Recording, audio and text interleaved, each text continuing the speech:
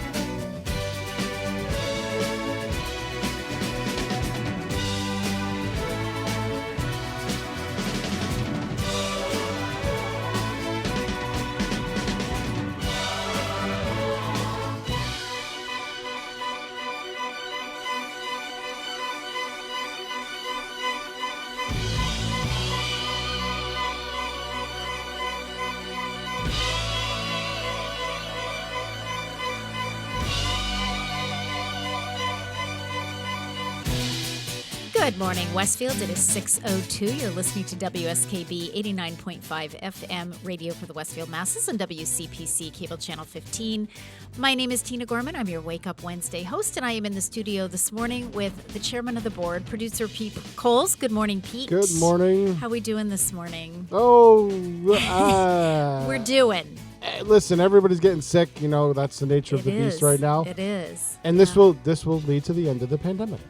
Well, I'm confident that we certainly hope so. enough people are going to get sick with this variant, and they're not getting as sick, apparently, according to all the studies that have been released so far. And this gets us to the end.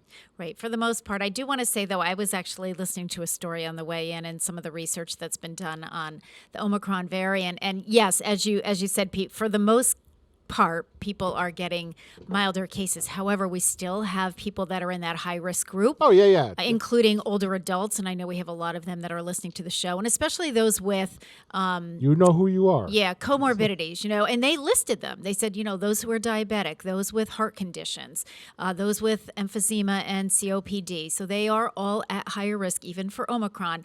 For a lot of other people, Even for the Omicron, flu even attacks, the flu. even the flu attacks people with comorbidities. Absolutely. Any virus is going to be opportunist. Yep, absolutely. And it's interesting, Pete, because Gary and I were talking about that exact thing last night, and I said, think about how many of the folks that I work with who do have a lot of comorbidities end up for pre-COVID ended up in the hospital because they got the flu. Right. So all of those precautions that you would take for the common cold or the common flu, washing your hands and all of those good things, that's, it's just super important. I was told that by a hospice director. I was told Yep. that by a nursing home director. I was told that by an activities person in nursing home. When they have a bout of the flu, Oh, previous gosh. to COVID, Yep, it would kill people. absolutely. Just period, full stop. Anybody Yeah. who's worked in long-term care, I've done work Yeah. in skilled nursing facilities. That stuff goes through like that. I mean, Yep. it'll just race through a facility like that. So By the way, you like my new view? I do. Yeah, I do. I got a Christmas gift of an Amazon card, and I decided to invest it in a better look because everybody complained about seeing the side of my head. Oh, okay. So they, was So that? I Oh, yeah, bought that's right. So now you're head on. I kept Yeah. thinking something looks different, but I thought no, Pete's always been in the little television underneath me Right, before. but now the camera's right It's a in front of different me. Yeah. view of you. That's what's different. Okay, because I was like, oh, why am I feeling like something looks See, I'll different? show you here. Let's see. Yeah, now it's head on. So I bought a Oh, desk look mount, at you. like a pogo stick thing. Yeah. Yeah, thank Mark Garabach for that. He got me the. He's like, I told you to buy something for yourself. I said I did. Now I'm looking at me. There you go. Oh, that's so cool. That's great. Yeah. Excellent. So, It's amazing what they make nowadays. I know. It is. I mean, yeah, it's, So how was your New Year's? Did you do a show for New Year's Eve? We did the countdown show, yeah. I was really tied up. I turned it on. I turned something on at one point. I heard music and I thought, okay, I think this is music from the 70s, so the guys are probably doing the show. On the radio, was tied up. we did it for a little bit, and then Panda came in for a while, and Okay. Jason Panda Phillips, and did something at Westfield State, but he finished before midnight because he Okay. was gone when I checked up there. Oh my gosh, I forgot about Jason. He's still up there. What's he doing? He used to be. He interned with me Right, a I couple think years ago. He's not going to school there anymore, but I Okay. think he's on the alumni board. Okay. And he asked me if he could do a show. I'm like, you don't have to ask me. Ask the board of directors up there. It's Yeah. just- Right. It's, if nobody's doing something, I'll go on with fresh programming, but Mm-hmm. I'm not going to step on your toes. Sure. Oh, that's great. But we did 81 here. Okay. Kenny and I, and then people joined in by Zoom. Yeah. We were it was a very busy weekend at the Gorman household, so we were kind of tied up. But at one point, as I said, I flipped on the radio but I didn't hear any, I didn't hear you guys bantering. So I said, all right, there's music on, not sure if we're just in a song, and Yeah, I think kinda had to go Jason did. running out. I think Okay. Jason did 71. Okay. Yeah, my recollection was that it sounded like it was more from the 70s. Yeah. So now, did you have to work this weekend, Pete, up at Mount Holyoke? Yes. Were you doing some We've shifts up We've there? been short up there. Actually, I had Saturday off because it was a holiday, Okay. and they already have that schedule set. Okay. So Christy and I went for a drive. We've been following a show on Discovery Plus called In the Works. Okay. It's a show about a designer from L.A. All right. that bought a property at Big Bear in California. It was like a motel but with cabins, Okay. and it's a story of her getting her family together to renovate a whole bunch of the property. Wow. And then that's the first season. And the second season, she's from the Berkshires, Okay. and she bought the Springs Motel in New Ashford, just above Pittsfield, Okay. on Route 8. And so you decided to take a ride out there? Yeah, so my girlfriend never been on Route 2, so we did Route 2 across the state. We had lunch, and while we were out for a drive, it was a bit foggy, Okay. but she had never been on the hairpin turn in North Adams. Oh, she's never been Really sucks when it's foggy. I bet. It's Yeah. interesting. You definitely follow the 2,000, 3,000, 1,000 foot signs Yep. because you don't want to Yep. get fast and stuff. Yep. But we had a great trip. Saw the motel, saw some of the improvements they're doing. We were hoping that they were going to be open so we could get booking information because Yeah. I'd love to stay there. Yeah. But they've become seasonal, so they're closed. So is it like an old fashioned motel? Like Yeah. like the old, that's the kind I stayed with Gary and Grace and I stayed in New Hampshire. That's so fun. Right. So she's renovating the property, and Okay. it's huge. Really? There's a couple of like cabins. There's a whole bunch of rooms that she hasn't even tackled yet, and then there's rooms in the front that she has, like a small number of rooms. So, apparently the next season's probably going to be about redoing more because Okay. her parents are divorced, but her dad still lives like up the street In the Berkshires? in the Berkshires. Oh, Her very good. mom Okay. lives in Texas and is a nurse, and her sister is an accountant, and she's got all kinds of. Her brother Yeah. still lives in the area in the Okay. Berkshires, so. So is she originally from this area? Is Yes, that what, oh, okay. yes. So that's what because I was going to say, all right, this started Yeah, in her California. family's How did from we here. end up in Massachusetts? Right, her okay. family's from here, so. Oh, that's so cool. So maybe the next season will still be there. Maybe we can see some of the filming going on or something like Yeah, that. I wonder if she's got a timeline, Pete, on when she wants to get this project finished, so that Well, then we last can all year- go and stay there. Right. Well, last year she was doing it to open during leaf season, Okay. but they did it during June because they had a lot of episodes that were a bit rainy. Oh yeah. So we know when she filmed it. Yeah. Yeah. June, yeah, and, yeah. June and July. Well, so. you can't control the weather, so Right. It's, yeah. So it's a fun show. Kind of got Good. hooked on it, and we just decided to go for a drive. Great. Great. And then now, when do the students actually come back to Mount Holyoke, where you're going to have bodies at the campus? I think we're in J term now. We had a whole bunch of students that couldn't go home because if they went home, we have a lot of Asian students. Yeah. If they had gone home, they would have quarantined the entire time they were home, and they would have had to come right back. So they decided to Yeah. stay. Made no And sense. some people don't have a lot of friends in the state, so they stayed on campus. Okay. And so the regular students, the regular day students are coming back Yeah, probably in a couple weeks. J term starts, I think, today, Okay. and then And is J term like an interim kind of? yeah, like interim, and then Yeah. they think they come back at the end of the month in Okay. force. Yeah, yeah. Well, we have a lot of senior centers that are closing their doors for the month of January. The emails have been flying for the We're going last hybrid. week. Some are going hybrid. Some, like us, never stopped going hybrid because we were, obviously doing meals curbside, so Yep. that's considered hybrid. And signups curbside, brown bag curbside, and all that good stuff. Sure, yeah. So there was a plethora of emails coming back and forth. One of the directors, Leslie Hennessy up in South Hadley, they had closed, I think, for 2 weeks in January initially, tentatively to close for the rest of the month. I think they're still making that decision. Several have closed for the month of January. And then others, it's really completely interesting. closed? Yes. Well, as we were So pre-reopening, closed to the public, but closed still to the staffed. public, still staffed, still doing services, providing. So some of them had gone back to congregate indoor dining, are back to curbside dining, which we didn't have to worry about that because we kind of stayed that way. Still not closed. Down completely. None of us closed down completely. Just closed to the Right. public. Yeah. Or some of them have closed certain programs, certain of their larger programs.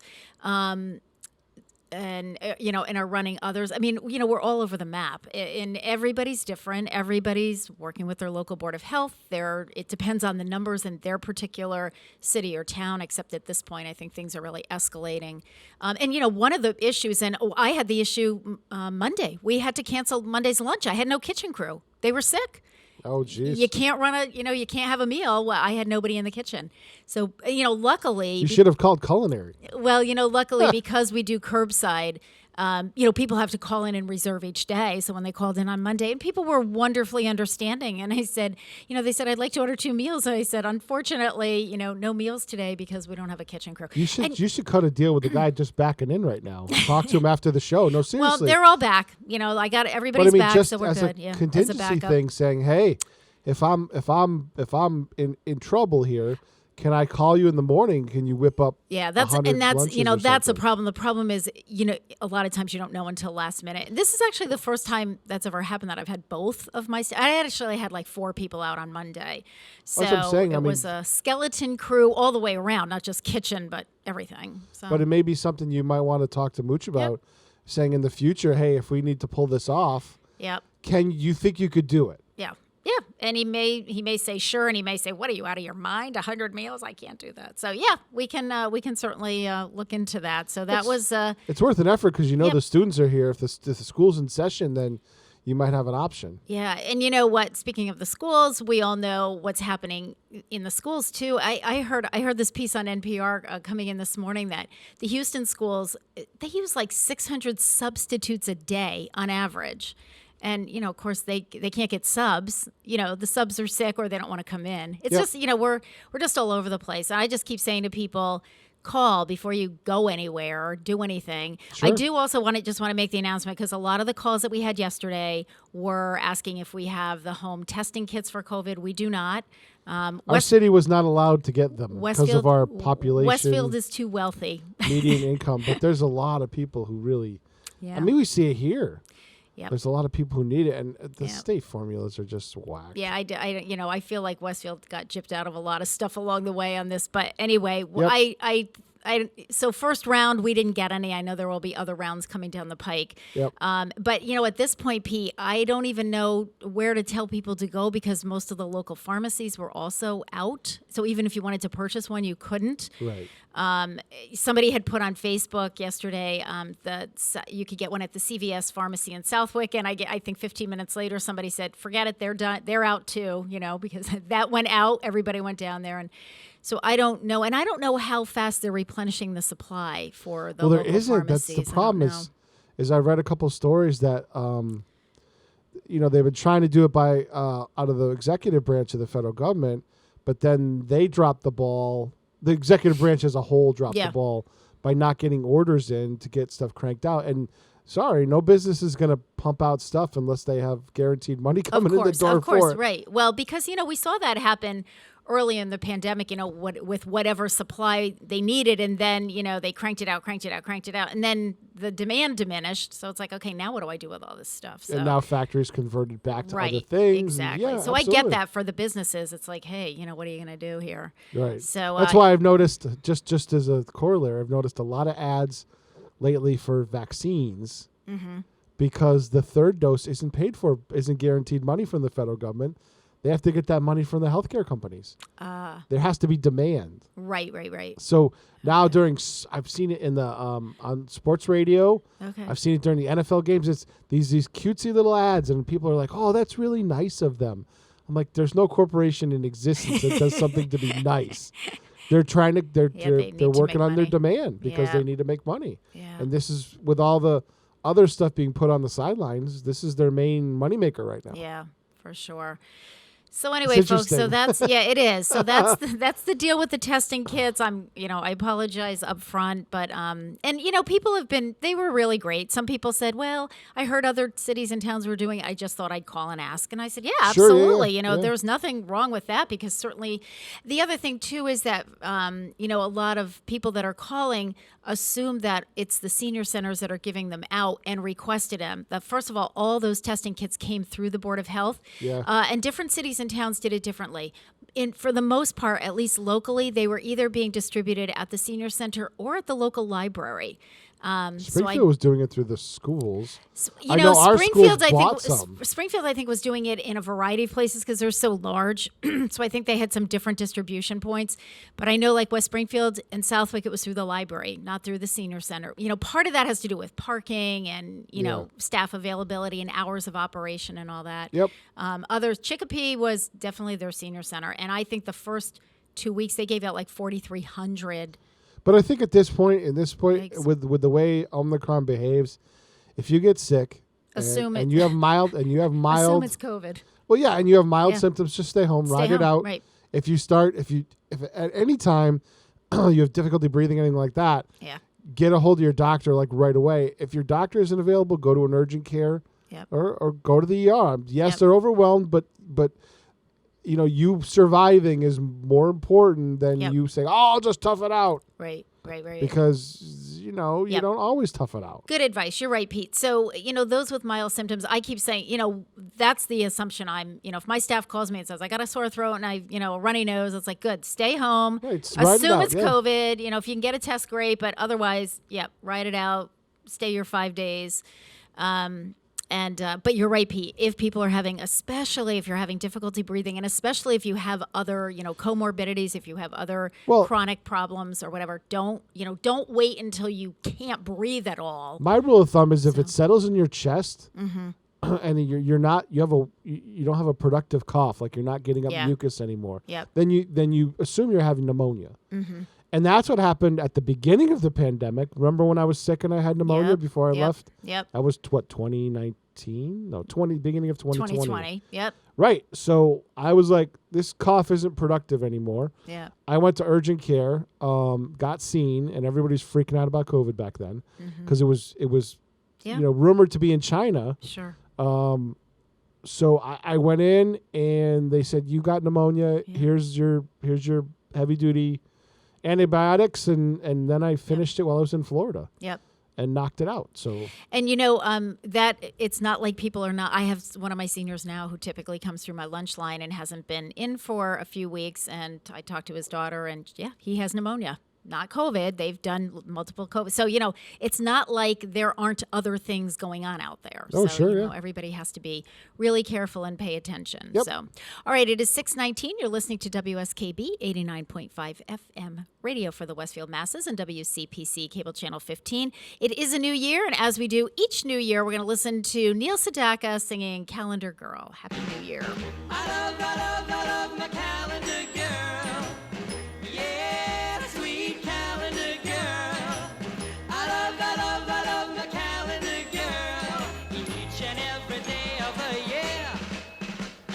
January, you start the year off fine. February, you're my little Valentine. March, I'm gonna march you down the aisle. April, you're the Easter bunny when you smile. Yeah, my heart's in a whirl. I love my little calendar girl every day. Every day of the year. Maybe if I ask your dad and mom, they let me take you to the junior prom. Like a firecracker, I'm a glow. When you're on the beach, you steal the show. Yeah, my heart's in a whirl. I love my little calendar girl every day. Every day of the year.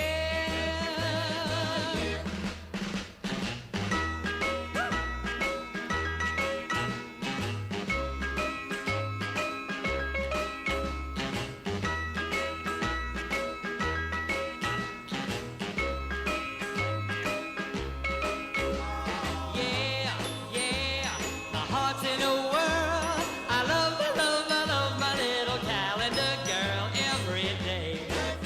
Every day of the year. I light the candles at your sweet 16. Romeo and Juliet on Halloween. I'll give thanks that you belong to me. You're the present beneath my Christmas tree. Yeah, my heart's in a whirl. I love my little calendar girl every day. Every day of the year. I love my calendar girl.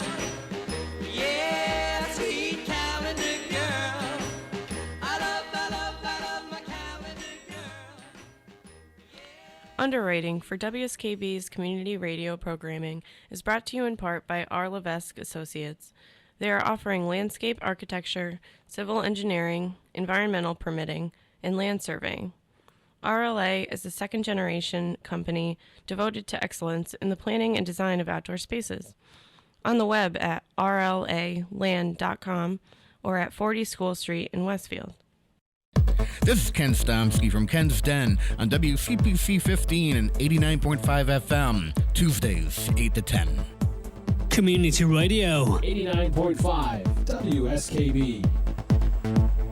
Live from Studio 120 at Westfield Technical Academy, this is WCPC Channel 15 and 89.5 FM, WSKB Westfield. Good morning, Westfield. It is 6:23. You're listening to WSKB 89.5 FM, radio for the Westfield masses, and WCPC Cable Channel 15.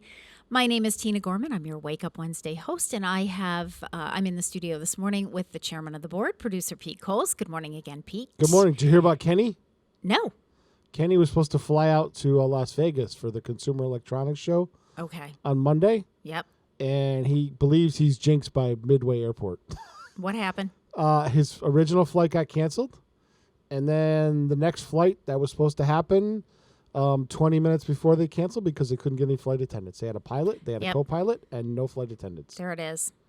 Yep, I had one of my staff members was supposed to fly down to Florida. Had planned this trip for like several months and Yep. all good, and had everything down there, all set up. So not a lot of contact with others and all that other great stuff and seclusion. And her flight was changed 5 times, and ultimately they said, "That's it, we're not going. We think it's an omen." So they switched. They're heading up to Upper New York State and found I don't know whether it's like a cabin up lodge, there, yeah. whatever. No, I think it's like cabin. So I think it'll just be the two of them. Repacked, completely different environment. Obviously, Florida to northern like Lake Placid or wherever. Packed up the snowshoes and hot chocolate, and you know what? But that's I think that's so great though that they were able to just on a dime say, you know what, this is just not going to happen right now. Yeah, so let's switch Kenny plans. said that too. We're still going to get away. We're still going to make something. We're going to make lemonade out of lemons and. Kenny said that he could have got a flight on like United or another airline, but it's $1,300 or $2,000. Yeah, I mean, it's like, really? And so he wouldn't be able to get there till Wednesday. Yep. And the show closes like Thursday or something. Yeah, So he's like, so it's no, like, it's what's the point at this point? Yeah, exactly. But he said Southwest was really good. They gave him 2 flight vouchers and Okay. some more stuff and points. And So, deferred gratification. He'll use that at another time. well, because it's also non-weather related too. Yeah. They just don't have the staff. Yeah, right, exactly. All right, let's do some famous birthdays because we have a lot of them today. So a lot of people born on January 5th. So the first one that I want to do, it's the birthday of the late, his name was King Camp Gillette. He was a salesman and inventor born on this date in 1855 in Wisconsin, passed away in 1932 at the age of 77. So at an early age, King Gillette, that was his first name, developed his lifelong belief in efficiency and his hatred for wasting time. During his 20s and 30s, Gillette worked in a succession of jobs and became a prosperous and successful traveling salesman. He enjoyed tinkering and tried to invent new products, often without success. Gillette joined the Baltimore Seal Company as the salesman for New England and New York, and shortly thereafter, its president, William Painter, invented an improved stopper, a crown bottle cap that would crimp over a bottle top. Gillette and Painter had a close personal and business relationship. Painter encouraged Gillette to begin working on a product that would be thrown away after its use, which would keep consumers coming back for more of the product. I really think this is interesting because this was, way back when. I mean, this is like in the 1800s. And already, just what you were saying, Pete, from a business standpoint, why don't we invent a product that can be thrown away so people will have to keep buying, more and more of it? One morning, while in the midst of shaving, his face well slathered with warm soap, Gillette had conceived the disposable razor blade. Technical experts told Gillette that it was impossible to produce steel that's hard, thin, and cheap enough to make disposable blades. Gillette was not dissuaded. Through mutual business associates, Gillette met William Emery Nickerson, a graduate of the Massachusetts Institute of Technology. Nickerson was known for taking a small idea and making it a reality. Gillette's name was put on the product. The razor would prove to be an instant success. In 1926, to commemorate the company's 25th anniversary, Gillette wrote of the company's flagship product, the safety razor, There is no other article for individual use so universally known or widely distributed. In my travels, I have found it in the most northern town in Norway and in the heart of the Sahara Desert. So there it was, the inventor of the Gillette razor, disposable razor blades, King Camp Gillette. There So you go. happy. Yeah, and I thought it was kind of cool that there was that little Massachusetts tie in there with MIT. Yeah, sure. Today is the birthday of rock drummer George Brown. He was born on this date in 1949 in Jersey City, New Jersey. He's 73 years old today. Drummer George Funky Brown, along with Robert Cool Bell on bass, his brother Ronald Bell on tenor, and lead vocalist J.T. Taylor was one of the main songwriters in their pop R&B band Kool and the Gang. The group struck gold from 1979 and to 1986 with major self-written hits like Ladies' Night, Get Down on It, Joanna, Cherish, and the chart-topping Celebration, with the 1984 album Emergency selling 2 million copies. Celebration was later used, that song was later used in national media coverage of the 1980 World Series, the 1981 Super Bowl, the 1981 NBA Championship, and the 1981 return of the Iran hostages. So happy birthday to George Brown, rock drummer for the group Kool and the Gang. And of course, we'll listen to a Kool and the Gang selection a little bit later in the show. It is also the birthday of Athol Guy, bassist and singer, born on this date in 1940 in Australia. He's 82 years old today. Athol Guy was a member of the Australian pop music group The Seekers, for whom he played double bass and sang vocals. He is easily recognizable by his black-framed Buddy Holly-style glasses, and in fact, I saw pictures of him. I think he looks exactly like Buddy Holly. When the Seekers disbanded in 1968, Athol Guy hosted his own variety series, A Guy Called Athol, on Australia's 7 network, and later the quiz show Big Nine on the 9 network. In 1971, he was elected. Now, here's a singer, bassist gone politician. In 1979, he was elected as the Liberal member for Gisborne in the Victorian Legislative Assembly in Australia. One of its youngest members, he won 3 terms with an increasing majority before he returned to the commercial world as a corporate consultant. Guy has taken part in subsequent reunions of the Seekers since 1993, when the award-winning group celebrated the Silver Jubilee of its 1968 breakup. The Seekers' hits included Georgia Girl, I'll Never Find Another You, and Massachusetts. And we'll listen to that song a little bit later. Let's see. Well, you know what? It's 6:30, so let's take a break. And, it is because of the January weather, and we, in my world, end up with a lot of our older adults heading to Florida for the winter. We call those snowbirds, so I thought we would listen to Anne Murray's version of Snowbird, just in honor of those that are heading to warmer climates during this. Yeah, I know you do, Pete. You're a Florida guy. So let's listen. You're listening to WSKB.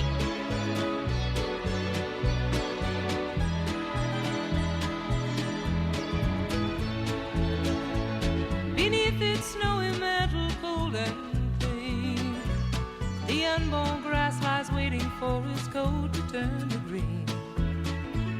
The snowbird sings a song he always sings, and speaks to me of flowers that will bloom again in spring. When I was young, my heart was young then too, and anything that it would tell me, that's the thing that I would do. But now I feel such emptiness within, for the thing that I want most in life's the thing that I can't win. Spread your tiny wings and fly away, and take the snow back with you where it came from on that day. What I love forever is untrue, and if I could, you know that I would fly away with you. Breeze along the river seems to say that he'll only break my heart again should I decide to stay. So little snowbird, take me with you when you go to that land of gentle breezes where the peace peaceful waters flow. Spread your tiny wings and fly away, and take the snow back with you where it came from on that day. The one I love forever is untrue, and if I could, you know that I would fly away with you. Yeah, if I could, you know that I would fly away with you.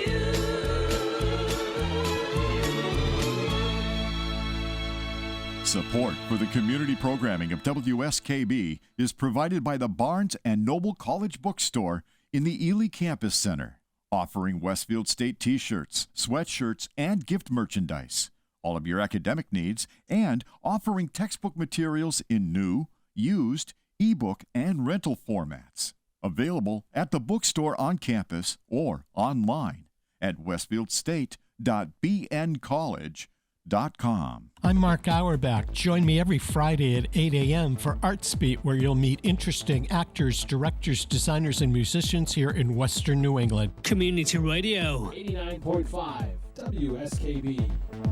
Live from Studio 120 at Westfield Technical Academy, this is WCPC Channel 15 and 89.5 FM, WSKB Westfield. Good morning, Westfield. It is 6:34. You're listening to WSKB 89.5 FM radio for the Westfield masses on WCPC Cable Channel 15. My name is Tina Gorman. I'm your Wake Up Wednesday host, and I am in the studio this morning with Pete Coles, who would love to be flying away with the snowbirds to Florida, right, Pete? I am at the end of the month, but Oh, good. Okay, perfect. hopefully. Yeah, hopefully. Well, and hopefully things will have settled Hopefully down the spike will be done by then. Yeah, we're hoping so. So, Pete, I have a birthday. I threw this one in just for you. Okay. It is the birthday of Ted Lang, actor, playwright, and director. Born on this date in 1948 in Oakland, California. He is 74 years old. Yep. Ted Lang made his Broadway... Looking good, by the way. Yes, he's looking wonderful. He made his Broadway debut in the musical Hair, which a lot of people started in that musical, and he was featured in the first national touring of that show. Lang's first screen appearance was in the documentary film Watts Tax in 1973. After appearing in the film Black Belt Jones in 1974, he portrayed Junior on the series That's My Mama, before landing the role of the ship's bartender, Isaac, on The Love Boat in 1977, opposite Gavin MacLeod. There it is. After he left the show in 1987, Ted Lang appeared in various films and guest roles on 227, The Cleveland Show, Glitch, Evening Shade, Scrubs, Drake and Josh, The King of Queens, Boy Meets World, Psych, and Are We There Yet? Lang has also done extensive theater work as both a playwright and a stage director. And Pete, did you see him? He was in Christmas on the Rocks, right? Yes, he was the bartender. He was a again this year. bartender. Did you see him in that? I didn't see him when he did that. Did you see that one? Oh, yeah. We got tickets this year.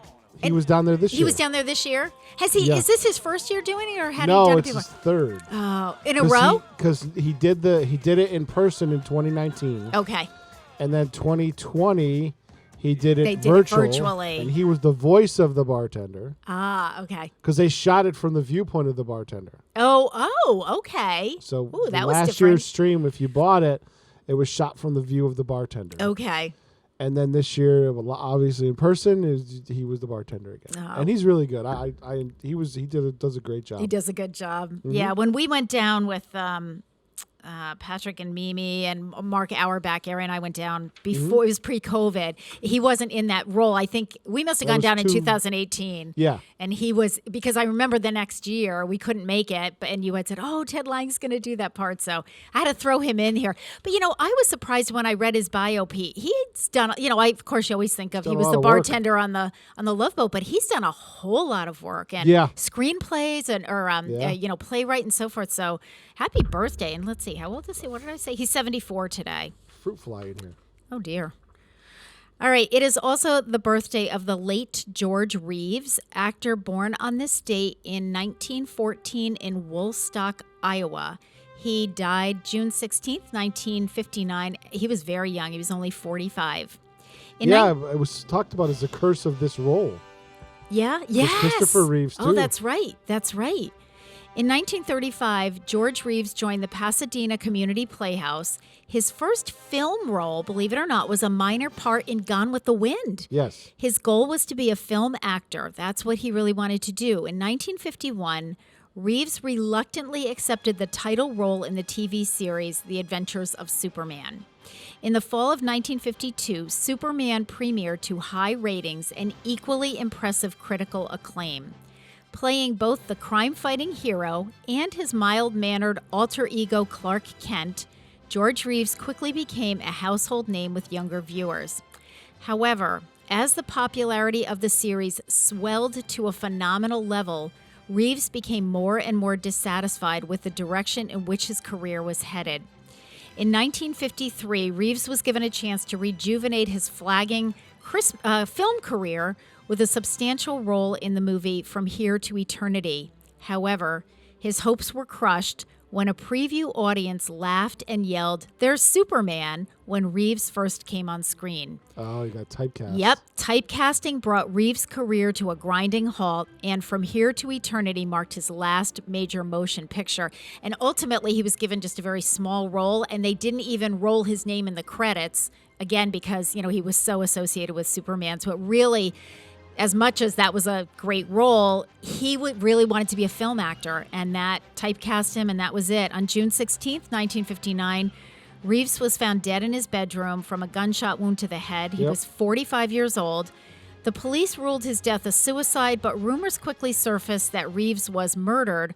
Although his then, current, and former lovers were both suspected of killing Reeves, no arrests or convictions were made. His death remains shrouded in mystery. So, I didn't even think about that, Pete. So then Christopher Reeves also, passed away. It was a curse, they said, of that role. Yeah, I didn't even think about that. Of course, it hasn't protruded since then, but... Yeah. All right. 'cause several other actors have played Superman. Dean Cain. Yep. The couple of guys that Henry Cavill. Yeah, a couple of people have played him since. Yeah. So, all right. So we have some more birthdays. We'll take a little break from doing birthdays right now. I just want to remind folks, second hour, we will be joined by our resident chiropractic physician, Dr. Gary Gorman, who will be joining us by telephone later on. And his topic today is balance. It's just the whole, and balance meaning sort of trying to get some balance into your life. So we have some good discussion about that. So join us. I hope you'll stay tuned. Second hour for that. I just want to remind everyone, if you don't know, I can't imagine that you don't, the city of Westfield does have an indoor mask mandate. So you are asked if you're, wherever you're going, whether it's a business, whether it's City Hall, whether it's a senior center. Reasonably socially whatever. distance. Right, exactly. If you can't stay at least 6 feet apart, then you need to mask up, folks. Which I know our mayor caught a lot of grief on social media about that. And it's like, come on, I made sure, literally measured. Oh, that he wasn't the, masked when he did his, Right, and he was literally facing no one. Exactly. I was going to say there was an empty room. It wasn't an empty room. People there were behind people him. behind him, though. Yeah. Correct. The only person he was facing was a city clerk, and after she swore him in, she walked away. Yep. I did that on purpose. Yep. Exactly. And that's interesting because I picked that up right away. I'm like, oh yeah, he's essentially facing no one. So right, I wanted people to sit in the council members' chamber, like the chairs. Yep. But they'd still be 6 feet apart. Yep. Exactly. I checked. Yep. I did check. I'm not an idiot. And you know what, Pete? I do the same thing. When I set up things in the senior center, we're measuring. I know. Well, as you said here, like we know this is a 6 foot table. We do the same thing when we set up for any of our programs. It's like, okay.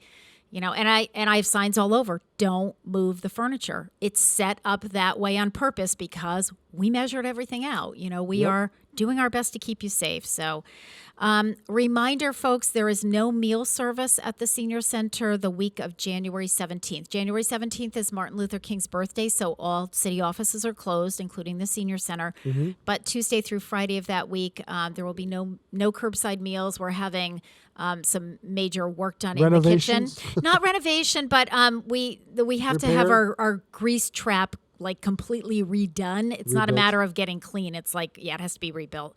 So that's going to take a few days, and then they've got to put the kitchen back together. So, and that's a good time for them to really clean everything out once, that's done. So no meal service that week. I also want to remind folks, this is kind of fun. We are doing, the Friends of the Westfield Senior Center is doing their Beating the Winter Blahs fundraiser. So we've been busy selling calendars. So this is what the calendar looks like. It is, it's a February 2022 calendar, and it's $5 for a packet of 25 raffle tickets. So you have 25 chances to win raffle ticket wise, and you have 28 days in February that you can win. So we'll have a winner each day in February. They're all gift cards except for the first day. The first day is a 4-pack to see the Thunderbird hockey. So we have Thunderbird hockey tickets. You can use 2 and 2 if you want to go 2 different nights and use 2 tickets, or if you want to give 2 tickets to your kids or your grandkids or whatever. And so can anybody buy those calendars? Anybody can buy the calendars, absolutely. How much are they again? $5 for 25 tickets. We'll put me in for 2. I'll give you the $10 before you leave. Okay, I will do that. I will absolutely do that. Yeah, and what we're doing is we take your name and your phone number, and then Kathy Millis does all the ticket stuff. So we have to keep the master ticket. So it's a sheet of tickets. So we'll write your name and phone number on the master ticket. We need to keep that because when we draw these names, we have to be able to compare it to the master tickets. So I'm hoping, last year I had a couple of my wonderful high school volunteers who did all the tickets for us, and spent like a Saturday afternoon taking the list that we had and then assigning each person a sheet of tickets and writing their name and everything. So I'm hoping to get the girls back to do that for me this January as well. So you can get the tickets either at the greeter's desk or at the senior center, or come through the lunch line. If you come through the lunch line anyway, you can get them. Or if you want to come through the lunch line at like 11:30 when we're finishing up, just to get the tickets, you're not getting lunch, you can do it that way as well. You don't even have to get out of your card. Give us $5. We'll put your name on the list and we'll put you in. So here are some of the gift cards. Most of the gift cards are $25. So we have gift cards to Big Y, Rockies, Giftology, Two Rivers Burrito, the 99 Restaurant, Applebee's, the Good Table, Dunkin' Donuts, Stop and Shop, TJ Maxx, Choice Health, Blue Umbrella Bookstore, North Elm Butcher Shop. Those are $50 ones.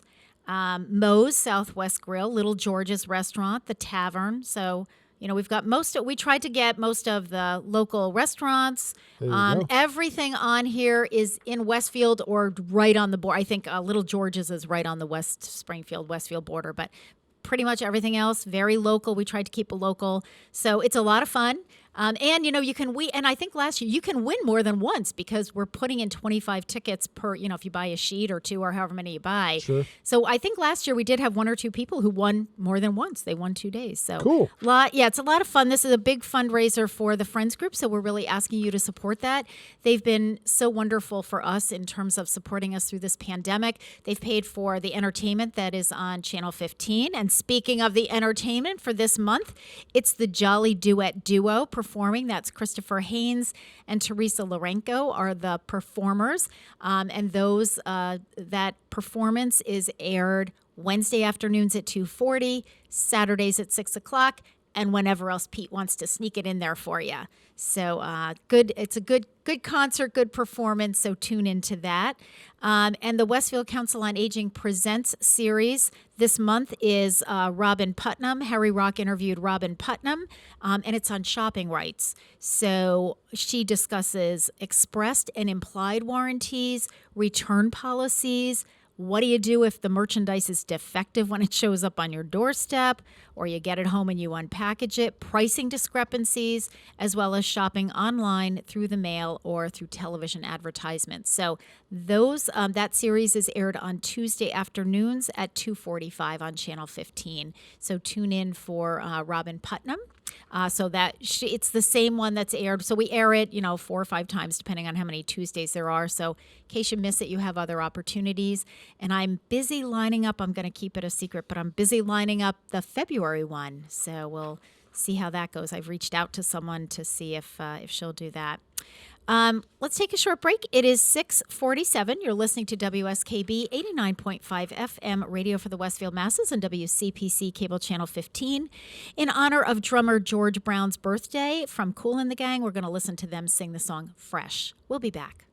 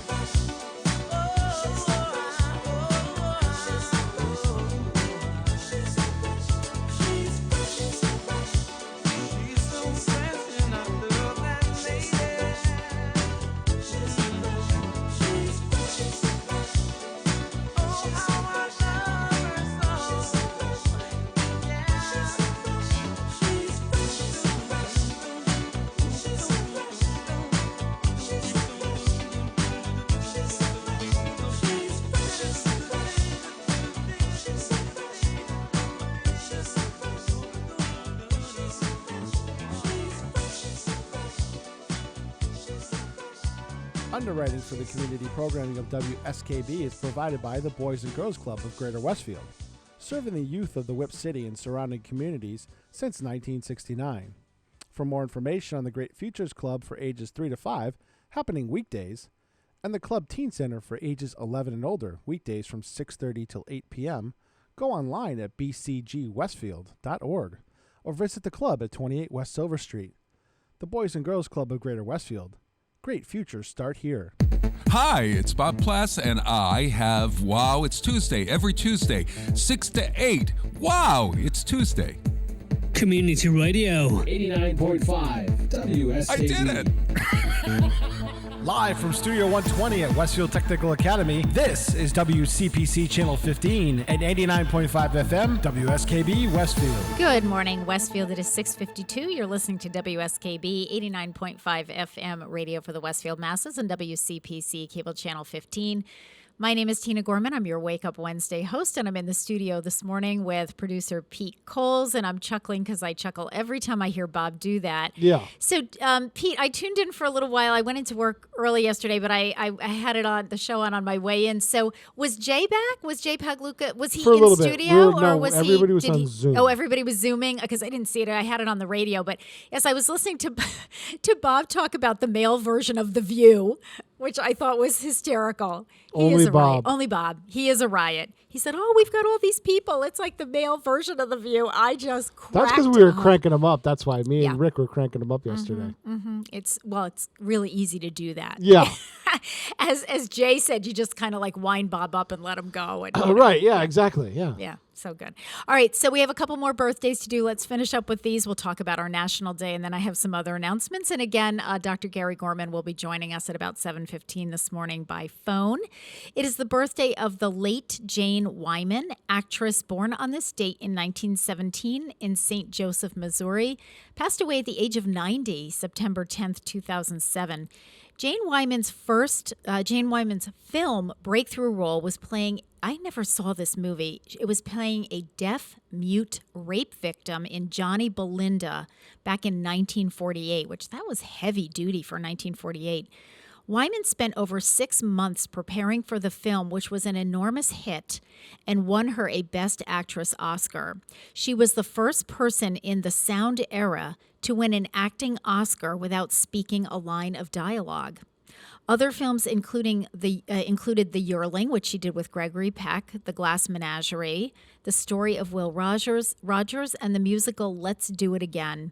In the spring of 1981, Wyman's career enjoyed a resurgence when she was cast as the scheming California vintner and matriarch Angela Channing in The Vintage Years, which was retooled as the primetime soap opera Falcon Crest. The series ran from December 1981 to May of 1990 and also starred Susan Sullivan and Lorenzo Lamas.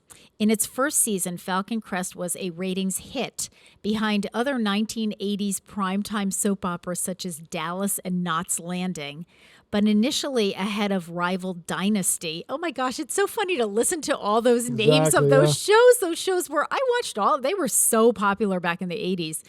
Cesar Romero also appeared in Falcon Crest from 1985 to 1987 as the romantic interest of Angela Channing. After Falcon Crest, Jane Wyman acted only once more, playing Jane Seymour's screen mother in a 1993 episode of Dr. Quinn, Medicine Woman. By then, I think she was having a lot of health problems, so she had to stop acting. But happy birthday to the late Jane Wyman. And finally, it is the birthday of actress Diane Keaton. She was born on this day in 1946 in Los Angeles, California. She's 76 years old today. While not an overnight success, Diane Keaton's talent earned notice. She eventually landed a spot in the original, here's another one, in the original Broadway run of Hair. You know, in the last 2 weeks, there were like 4 actors and actresses that I've talked about that had birthdays that started in Hair back in 1968, in which Diane Keaton, famously refused to take off her clothes during the finale. She played opposite Woody Allen in his Broadway production of Play It Again, Sam, which earned Keaton a Tony Award nomination.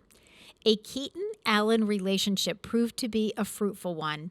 As Woody Allen made his mark as a director, Diane Keaton was right there alongside him, starring in several of his films, including Sleeper, Manhattan, and most famously Annie Hall, a love story that appeared to be an autobiographical look at Keaton and Alan's own off-screen romance. For her performance, Keaton earned an Academy Award for Best Actress. The same year Keaton starred in Alan's Annie Hall, she also appeared in the critically acclaimed drama Looking for Mr. Goodbar. She also starred in director Francis Ford Coppola's Godfather series back in 1973, 74, and 80, playing Kim Adams, the girlfriend and eventual wife of Michael Corleone, who was played by Al Pacino. Then in 1981, Diane Keaton teamed up with Warren Beatty, with whom she was dating off-screen in the film Reds, an Academy Award-nominated epic which followed an American couple who adopt communism and immigrate to Russia, earned Keaton another Oscar nomination for Best Actress. Other films include Baby Boom, Father of the Bride with Steve Martin, The First Wives Club, Something's Gotta Give with Jack Nicholson, and Marvin's Room with Meryl Streep. So happy birthday to Diane Keaton, who is 76 years old today. She did a lot. She did a ton of other films. I didn't list, half of them, but I didn't realize how much she had done. So happy birthday. Yeah, she was a staple for a long time. She was. Yeah, she was. And I don't know. I mean, I'm not sure if she's really doing much of anything right now, but good grief, 76. All right. Today, January 5th, is National Whipped Cream Day. On January 5th, add a little extra something special to desserts to celebrate National Whipped Cream Day. Add whipped cream. Not only does it add creaminess and a bit of pizzazz, but it also makes the difference between the ho-hum or a celebration kind of beverage or dessert. This holiday falls on Ready Whip founder Aaron Bunny Lappin's birthday, which is January 5th, 1914. He died in 1999. Lappin invented Ready Whip in 1948, and the holiday celebrates whipped cream's contributions to the dessert world. While most often sweetened and flavored with vanilla, whipped cream dresses up desserts with other flavors too, so you can add a hint of coffee or chocolate or the zing of orange or mint. Whipped cream adds a delightfulness to pies, cakes, and beverages, and in my family, to ice cream. So we have this famous picture of Gary. This was back, I don't know, probably about 5 years ago. So Gary and I went up to Maine to visit my brother and sister-in-law, and we took our good friend John Goda, who is the athletic director over at Pope Francis High School. And Gary and John, every night they'd have a little bowl of ice cream. Well, these two would have a very large bowl of ice cream and then top it off with whipped cream. And I think they had like salad bowls full of like ice cream and whipped cream. So we had to take a picture of that. That picture will go down in infamy. So happy National Whipped Cream Day. Have a little bit of whipped cream on your cake or your ice cream or whatever today. All right, it is 7 o'clock. You're listening to WSKB 89.5 FM, radio for the Westfield Masses, and WCPC Cable Channel 15. We'll take our top of the hour break, and we'll be right back.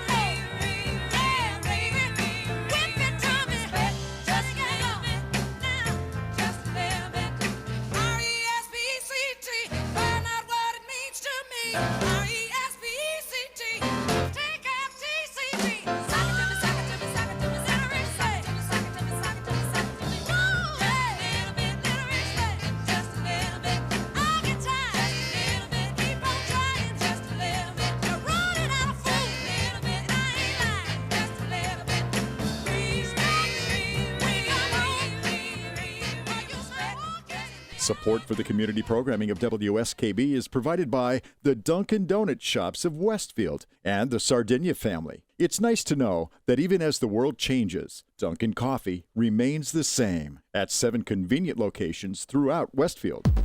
Join us the third Wednesday of every month with Selectman Joe Didi and his take on everything Southwick. Community Radio. 89.5 WSKB. Live from Studio 120 at Westfield Technical Academy, this is WCPC Channel 15 and 89.5 FM, WSKB Westfield. Good morning, Westfield. It is 7:03. You're listening to WSKB 89.5 FM radio for the Westfield masses and WCPC Cable Channel 15. My name is Tina Gorman. I'm your Wake Up Wednesday host, and I am in the studio this morning with the chairman of the board, producer Pete Coles. Good morning again, Pete. Good morning, and be careful out there because we still could have freezing rain. Yeah, so. It wasn't doing anything when you and I first got here. Is it doing something now? Has it started yet? I think so. I know my girlfriend said down in New Hartford, which is just south of us, is sleeting. So right, and I know that it was supposed to, and Gary had said that to me last night. You know, we were listening to Western Mass News, Jana Brown. And he said, Jana's saying, and it was supposed to start somewhere around 5:36. Right. So Gary said, it was dry. Yeah, it was dry in West Springfield. I was here early because I thought, I'm better head out a little early, but it was okay. But just be careful because, as Pete said, it is coming, and they said it's going to be a little. It's not that we're getting a lot, but all you need is that little film, glaze, just that glaze, that film. And it's more treacherous, honestly, for walking. Yes, so please be careful when you. Yeah, exactly. I'm hoping that I'm sure my building maintenance craftsman Alex Hibbert has salted a little bit just to do some pre-salting. All right, so it is January at the senior center, and that means we're getting close to tax assistance season. So today the phone lines will open up. So let me walk people through this process. I'll give you the Cliff Notes version. There are no in-person tax returns being done at the senior center again this year. We're going to do it the same way we did it last year with curbside pickup and drop-off. What you're going to do is starting after 10 o'clock this morning, anytime after 10 o'clock this morning. It doesn't have to be today. It can be tomorrow. It can be later in the week because we're not going to, book up all the appointments right away.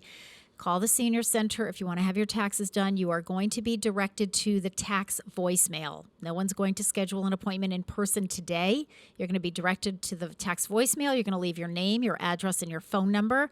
And within the next 2 weeks, we will call you back. And we'll set up an appointment. We are doing some prioritization of that, so it's not necessarily first come, first serve, but we are going to pay attention to when people called. We won't begin actually doing the taxes until mid-February, and this is all based on the mandates and what's coming down from the AARP National Office, State Office, Regional Office, Executive Office of Elder Affairs, and Massachusetts Association of Councils on Aging. So that's where we're getting our guidelines for this. That's a lot of agencies and departments involved in this. So there's a lot to it, a lot of hoops that we have to jump through at the senior center. We will do the best we can to get as many people taken care of as possible. But for you, first of all, your tax returns have to be relatively simple. The tax aid volunteers do not do anything that's too complicated. So if that happens and we get a return that's too complicated, they are simply going to call you and say, come and pick it up. We can't do it. So don't even go there. And also on the day that your appointment is scheduled, it will necessitate 2 trips to the senior center, one in the morning between 9 and 9:15 to drop off your tax documents, one sometime in the afternoon when you get a phone call from us saying, come on over and pick them up. And during the day, you have to be available throughout the day so that when they do it, when the tax aid volunteer does the return, if they have questions or they're going to have to verify information, you have to be available by phone for the day until they're done with your return. And I have no idea when they're going to do your return. People say, well, are they going to do mine in the morning? I don't know. They distribute them among themselves, and they get to yours when they get to yours. So you have to be available throughout the day. So, don't drop it off and then go to work. And I can't answer the phone, I'm at work, because then they can't do it. So there's a lot to it, folks. We are doing the very best that we can, but we have to follow all of these protocols that are handed down to us through AARP. So again, if you're interested, you can call the Senior Center after 10 o'clock today. You can call this afternoon or tomorrow. You will automatically get put through to the tax assistance voicemail, and you're just going to leave us a message. Call once, leave one message. You'll get called back within a 2-week period. Senator John Velas will be holding legislative office hours on Monday, January 24th at 12:30.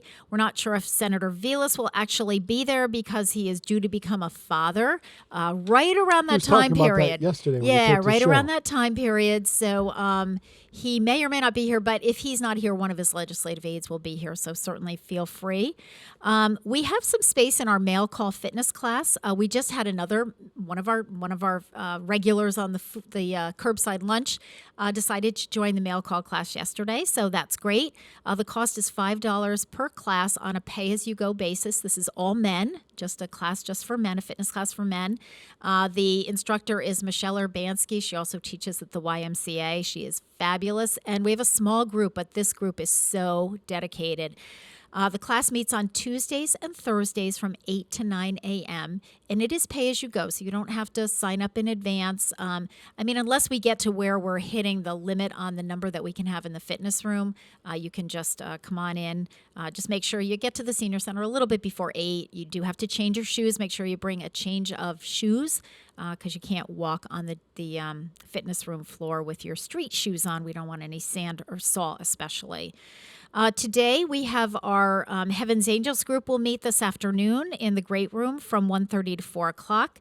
That's led by Michelle Moniz, and that is a group that sews gowns they take wedding gowns, they tear them apart, and they re-sew them as baby gowns for babies that do not make it out of the hospital. So those that are stillborn or through neonatal loss, the baby is presented to the parents, and it's really comforting to the parents that the baby is draped in a really beautiful white gown. And so that's what they make. If you sew, we would love to have you. But if you don't sew, we need people to take apart the wedding gowns and help with that, or cut or trace or cut patterns that are given to you. So Michelle brings all the supplies. You don't have to bring anything but yourself and a willingness to help out. It's a really worthwhile cause, and it's a really nice group of people. It's a small group, but we call it Sewing for Comfort and Peace. Also, the week of January 19th through January 21st, we are doing a Rollator Walker giveaway. So if you need a Rollator Walker, I have walkers to give away. Too many to even loan out. The Rollator walkers are the seated kind, so the kind that you sit down on. So if you are interested during that week, so that'll be when we come back from the Martin Luther King birthday holiday. I'm just going to bring them all downstairs, and literally you can come into the Senior Center and pick out the one that you want while supplies last. We're just going to take your name and number just so that we can keep track of how many we gave away and who got them. If you are borrowing a Rollator walker from us and you have it and you would like to keep it, just give me a call. Let me know, and I will change that on your medical equipment loan form from a loan to a gift, and we'll take you out of the system as needing to return that. So feel free to do that. And speaking of medical equipment loans, we have a huge run on them right now. I think we have a lot of people getting knee replacements and hip replacements, calling us for medical equipment. Of course, right now, some of those surgeries are being rescheduled, but all of that is fine. We can do all the paperwork in advance. And for those of you who, we did the paperwork, but now your surgery has been rescheduled because of COVID numbers in the hospital, that's no problem. We can just put the paperwork to the side. I keep it in a separate folder. When your surgery is rescheduled, just give me a call and say, okay, now I need all that, those walkers and toilet risers and so forth. So feel free to give us a call. We are happy to help. We have plenty of medical equipment right now. For the most part, probably whatever you need, we're going to have up in my storage room. So feel free to do that. Inclement weather closings, just as a reminder, folks, because we are getting into January with snow and ice and so forth. If the schools are closed, the senior center is closed with no programs or activities or lunch. If the schools have a delayed opening, the senior center will open at noon, so there would be no curbside lunch on that day. If we know in advance of an impending storm, we will try to do multiple meals in advance. So we try to keep on top of this. Remember that sometimes the weather is kind of unpredictable. So even our best guess, sometimes we've done extra meals in advance and we really haven't gotten much the next day in terms of snow, but that's okay. We'd rather err on the side of caution and make sure everyone is well fed. Those announcements for closings and delays are on all of the major Channel 22, Channel 40, Channel 3, and of course Channel 15 here. The announcements are made on WCPC and on WSKB, and on the city website. So those are usually in the morning, all the people I contact to say, let's get the word out. Yep. All right. I assume that Dr. Gary Gorman is on the line, so let's bring him in. We're going to play Welcoming in the New Year, and this is going out to my husband. We're going to play a Stevie Wonder song, and it's all kind of calendar related, and the song is I Just Called to Say I Love You. So we'll be back.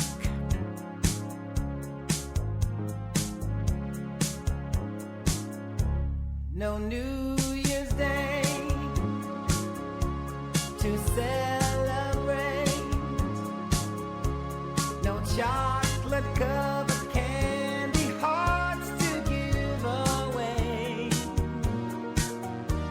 no first of spring, no song to sing. In fact, here's just another ordinary day.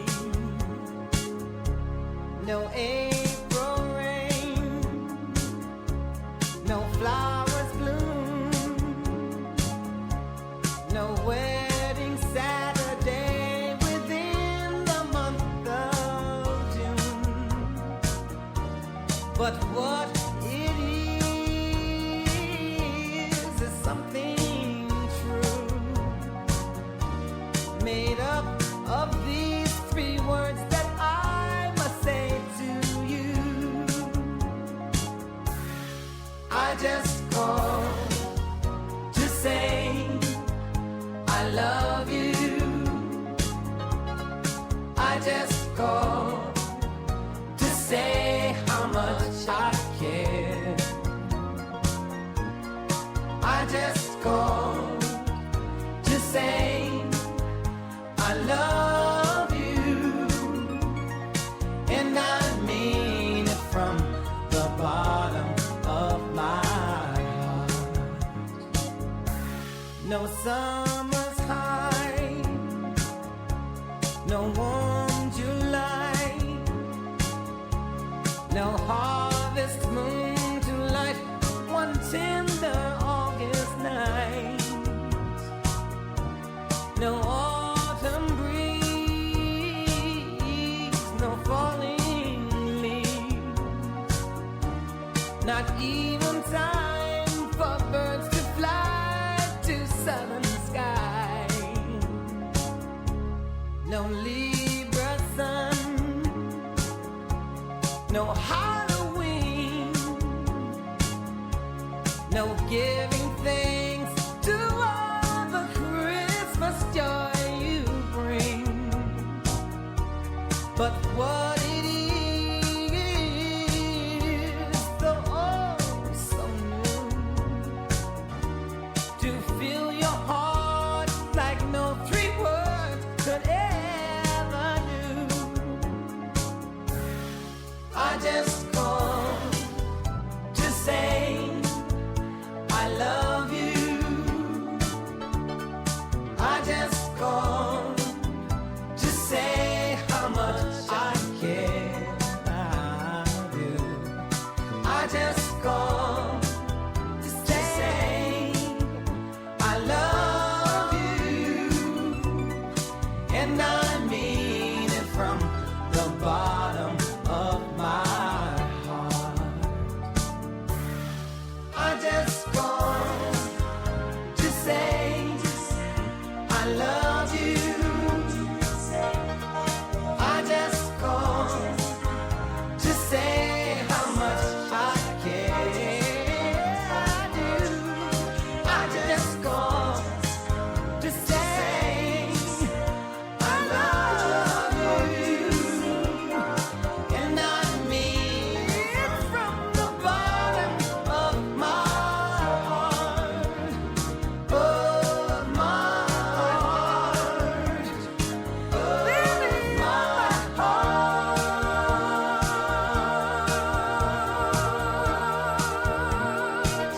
Underwriting support for the community programming of WSKB is provided by the Greater Westfield Chamber of Commerce, the voice of business for the Greater Westfield communities. Informing, educating, and advocating, the Chamber provides opportunities for members to make meaningful connections on local, regional, and state levels. For more information on the Chamber's many events, workshops, and programs, as well as the benefits of membership, visit westfieldbiz.org. The Chamber focuses on the most important economy, yours. Listen to me, Michael Buster McMahon, Mondays 8 to 10 a.m. to learn the stories behind your favorite songs. Or don't. I'm not the boss of you. Community Radio. 89.5 WSKB. Live from Studio 120 at Westfield Technical Academy, this is WCPC Channel 15 and 89.5 FM, WSKB Westfield. Good morning, Westfield. It is 7:16. You're listening to WSKB 89.5 FM radio for the Westfield masses on WCPC Cable Channel 15. My name is Tina Gorman. I'm your Wake Up Wednesday host. I am in the studio this morning with the chairman of the board, producer Pete Coles. Good morning again, Pete. Good morning. And on the phone, I assume, we have Dr. Gary. Oh, you're there. Okay, we have Dr. Gary Gorman with Strength for Life in East Hampton. Dr. Gorman is a chiropractor. And yes, for those of you just tuning in for the first time, he also happens to be related to me. This is my wonderful husband. Good morning. Well, good morning. And that was just a very nice song. Thank you for Wasn't that a great song? So that was a combination. I purposely put it at the 7:10 time. So that was the perfect combination of, we're doing some calendar and New Year type songs. But then I thought, well, yes, but my guest is my husband. So what a great song, right? And because we kind of live our life on the phone right now, Gare, right? To like reintroduce ourselves to each other. Oh, I know. I was over here going, "Aw," as the song was starting to play, but nobody heard me, which is good, other than me. There it is. Happy New Year, Gare. Happy New Year, Tina. It's nice to talk to you. So you as well. So you have been on the show since the beginning of December, since the beginning of December. So since then, we've obviously had both Christmas as well as New Year's. So why don't you tell our viewing audience, so how was your Christmas, and did you have a couple of favorite gifts that you received this year, or were they all kind of all good? What'd you get? Pete and I went through this last week. Yeah, first of all, Christmas and New Year's were very, very quiet, as exactly we planned and we liked. We weren't with a lot of people. It was just quiet. It was time to rest and catch up, and just that was really nice. I think one of the nicest gifts was a getaway to a nice bed and breakfast in New Jersey that my wonderful wife gave me. So that will be really great. We, as you and I know, but we have decided not to get together in large family gatherings just for safety purposes. But we also had decided that what means more to us is to spend time with each one of my family members in smaller groups, just to really kind of find out what's going on in their life and how they're really doing. I just don't find that I could get that accomplished in a large gathering. So that's what we're planning on doing. I thought that was really cool.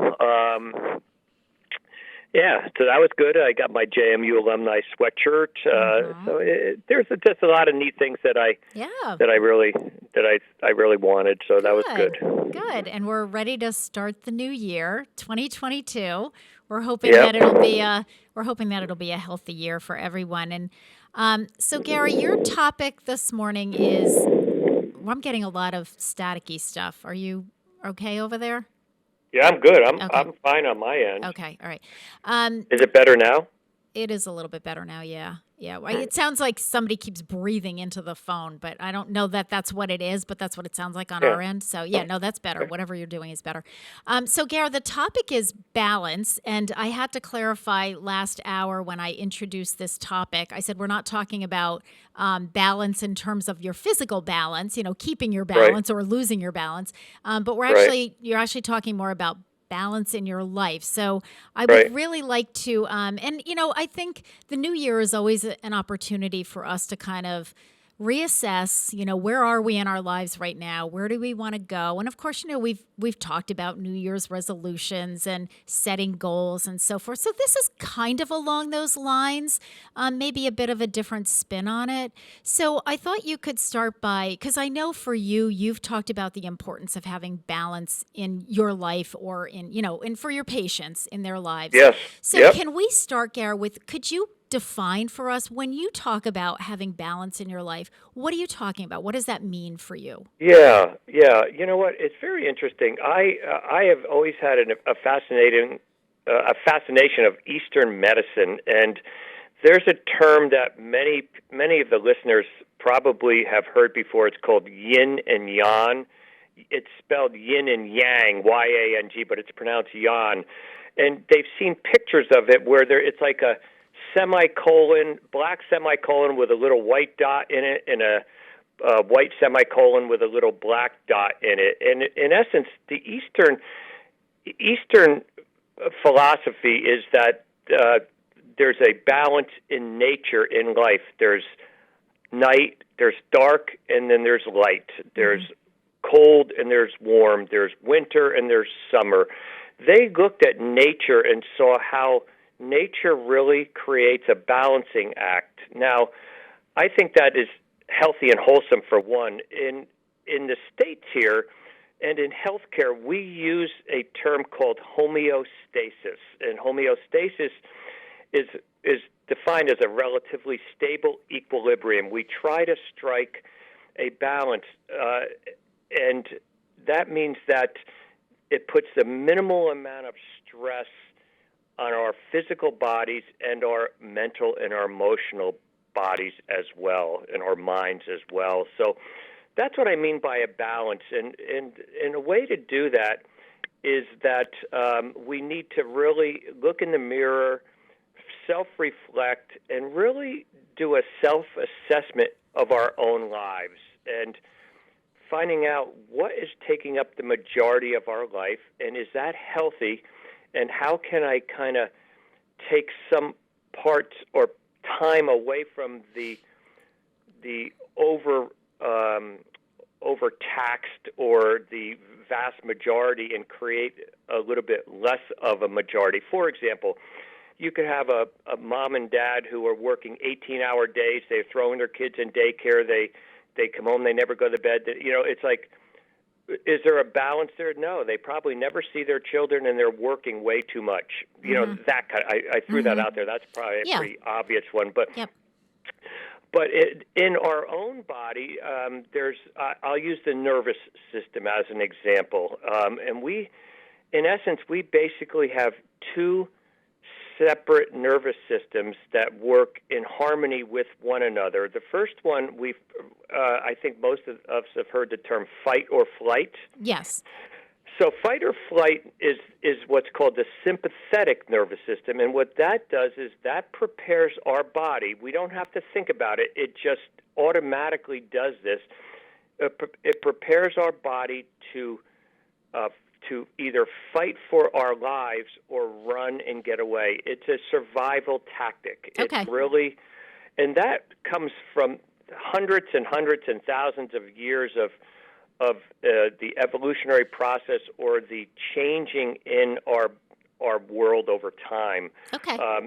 Back in the day, we just didn't have a lot of technology today, so we really had to rely on ourselves and nature for survival. Sure. And so the sympathetic nervous system has evolved to protect us in that way. There's another nervous system called the parasympathetic nervous system, and you don't need to understand this. This is called the rest and digest nervous system. This is the one that helps us digest our foods. It helps us to relax. It balances out that full speed ahead, 100%, pedal to the metal, go, go, go, go, go. This is the one that kind of causes us to relax, gets us into this whole different phase. It helps us to calm down and stuff. So there's a balance in the nervous systems, and ill health or dis-ease comes as a result of an imbalance in our body and in our nervous system. Think of some of the phrases we throw around and we don't even think about it. Oh, so-and-so has a chemical imbalance. Mm-hmm. Yep. Yep. Or my life isn't balanced, or so we say this and we talk about, but we don't really even have to give it a second thought, because an imbalance means that something is unhealthy, so to speak. Something has gone awry. So something has gone awry. Right. So those two nervous systems, the parasympathetic and the sympathetic nervous system, kind of work in tandem, Gar. So you've got the fight or flight, which is, kind of like a life and death situation. You're in a burning building. You have to get out. You've been in a car accident. You're trying to get your kid out, whatever.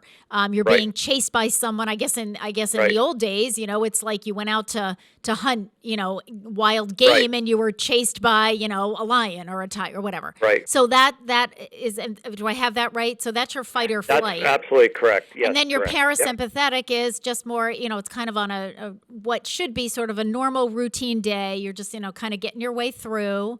It's nothing's life or death. It's just, you're going about your business. You're going to your job. You're raising your kids, seeing your grandchildren, whatever. Okay, right. And they work in harmony so that your that fight or flight kicks in when you need it to kick in. Right. Okay. And so it gets a little bit more involved, but again, it makes perfectly good sense. Not only does the electrical system of the nervous system kick in, but it creates a whole chemical release in our bodies. Now, we've heard of the hormone adrenaline. Yes. Oh, adrenaline. Oh, yeah, I got my adrenaline going. I hear that expression. Exactly. Well, that is a response of the sympathetic nervous system. Adrenaline is released from the adrenal glands of the body that sit right on top of the kidneys. It causes elevated blood pressure. It causes elevated heart rate. It causes elevated respiratory rate. It causes all these actions for us to survive. Okay. But what happens is that fast forward, the kicker is today is that those hormones will be kicked in, and your body will go through the sympathetic response if, oh, my God, I have to be at work at 9 o'clock. My alarm didn't go off. It's 8:15. I overslept. I'm jumping into the car. I'm flying down the highway 80 miles an hour to get to work. Oh, my God, there's an accident. I hit bumper-to-bumper traffic. I'm pounding the steering wheel. My heart's going crazy. I'm going to be late. I have a meeting to go. You can see how this is all unfolding. And we have absolutely no way to get rid of those chemicals, because the way you get rid of the chemicals is by physical activity, by running, by fighting, by racing, by hiding, by whatever you're doing. And you're sitting in the car going nowhere, doing nothing, and you're going to sit in meetings all day. And, it's interesting, Gary, if you go back to what you were just saying before about sort of the evolutionary process, that fight or flight, back in the caveman days, really was designed for people who were in a life and death situation with, as I said, being, wild game. I mean, that was the reality. You went out hunting and you hoped you weren't eaten alive by whatever you were hunting. How different that is than what you just described. I'm sitting in bumper-to-bumper traffic. My boss is going to be upset. I'm not going to get to work on time, or I can't get my child to daycare on time, or whatever. How different that we've morphed into this is now what's become like this fight or flight, and our heart is racing and all of that, that adrenaline rush that we talk about. So now that you've kind of painted that picture, I want to take a break. We're going to take our 7:30 break. And then when we come back, Gary, I want you to talk about how do we, first of all, what are the detriments of being out of balance? And then how do we, maybe for this New Year's resolution, how do we work toward getting in balance so that we can avoid some of those things? So let's take a short break. We're going to listen in honor of the birthday of Athol Guy, who is a member of the Seekers. We're going to listen to the Seekers singing the song Massachusetts. We'll be right back.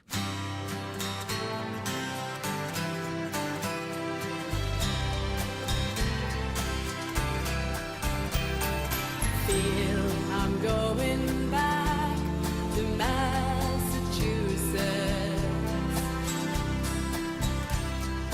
Something's telling me I must go.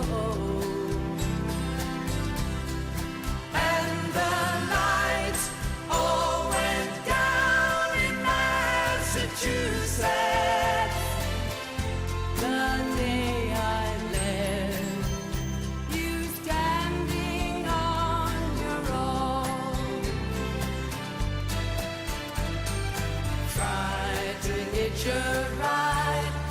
San Francisco.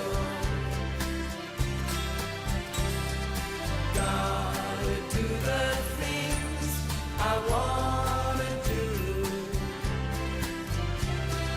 And the lights all went down in Massachusetts. They brought me back to see my way with you. Talk about the life in Massachusetts. Think about the people I have seen. And the lights all went down in Massachusetts. And Massachusetts is one place I have seen. And the lights all went down in Massachusetts. And Massachusetts is one place I have seen. I will remember Massachusetts. I will remember Massachusetts. Support for the community programming of WSKB is provided by the Barnes and Noble College Bookstore in the Ely Campus Center, offering Westfield State t-shirts, sweatshirts, and gift merchandise, all of your academic needs, and offering textbook materials in new, used, ebook, and rental formats. Available at the bookstore on campus or online at westfieldstate.bncollege.com. Hi, this is Harry Rock, host of Rock on Westfield every fourth Wednesday at 8 a.m. Tune in for my view of this place I call home. Community Radio. 89.5 WSKB. Live from Studio 120 at Westfield Technical Academy, this is WCPC Channel 15 and 89.5 FM, WSKB Westfield. Good morning, Westfield. It is 7:33. You're listening to WSKB 89.5 FM radio for the Westfield masses on WCPC Cable Channel 15. My name is Tina Gorman. I'm your Wake Up Wednesday host, and we have Dr. Gary Gorman on the line. Dr. Gorman is a chiropractic physician with Strength for Life up in East Hampton. The topic of the day is balance. So, Gary, you've kind of described a little bit about what you mean about balance.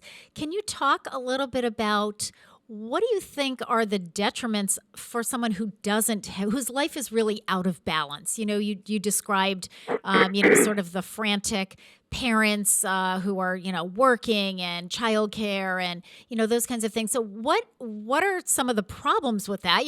Some people would say, well, yep, that's my life. That's what I have to do. It'll be fine. Will it be fine? Well, you know what? I think what we tend to do is we tend to, in our own mind, talk ourselves into what is called the new normal.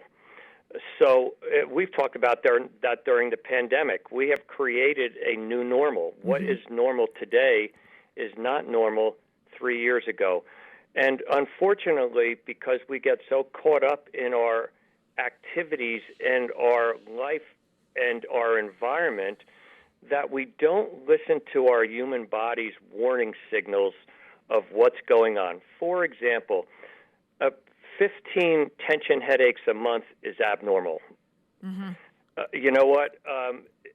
Headaches are not the absence of ibuprofen or Advil in our body. Yeah.